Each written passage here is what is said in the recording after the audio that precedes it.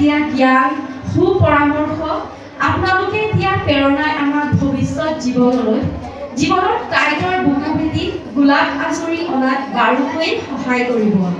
মৰমৰ শিক্ষক শিক্ষয়িত্ৰীসকল, আপোনালোকৰ ইমান কষ্ট ত্যাগ আৰু আপোনালোকৰ মৰম ভাল পোৱাৰ কথা আমাৰ মনত মৃত্যুৰ আগলৈকে প্ৰবাহিত নৈৰ সোঁতৰ দৰে প্ৰবাহিত হৈ থাকিব। মৰমৰ শিক্ষক শিক্ষয়িত্ৰীসকল, আগন্তুক জীৱনতো আপোনালোকৰ নিজৰ ছাত্ৰ বুলি আমাক লক্ষ্য পথ দেখুৱাই থাকিব বুলি আশাবাদী। আপোনালোকক এৰি মোৰ এই মৰমৰ নিকেতনখনক এৰি থকাটো হয়তো মোৰ পক্ষে মুঠে সম্ভৱপৰ নহয়। যদি ভৱিষ্যতে এজন সুনাগৰিক হোৱাৰ স্বাৰ্থত আপোনালোকৰ যাতে সমাজত নাম উজ্জ্বলাই তুলিব পাৰোঁ, সেই লক্ষ্য আগত ৰাখি আজি যাবলৈ ওলাইছোঁ আন এখন বিদ্যালয় মহাবিদ্যালয়লৈ। জীৱনত থমকি ৰোৱাটো কেতিয়াও জীৱনে আমাক নিশিকায়।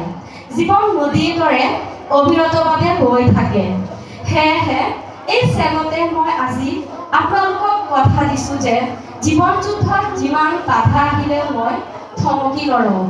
সদৌ শেষত শ্ৰদ্ধাৰ শিক্ষক শিক্ষয়িত্ৰীসকলৰ সুস্বাস্থ্য আৰু দীৰ্ঘায়ু কামনা কৰাৰ লগতে শ্ৰদ্ধাৰ শিক্ষক শিক্ষয়িত্ৰী আৰু মোৰ সৰু ডাঙৰ ভাইটি ভণ্টিসকলৰ লগত জানি বা অজানিতে কৰা ভুল ত্ৰুটিৰ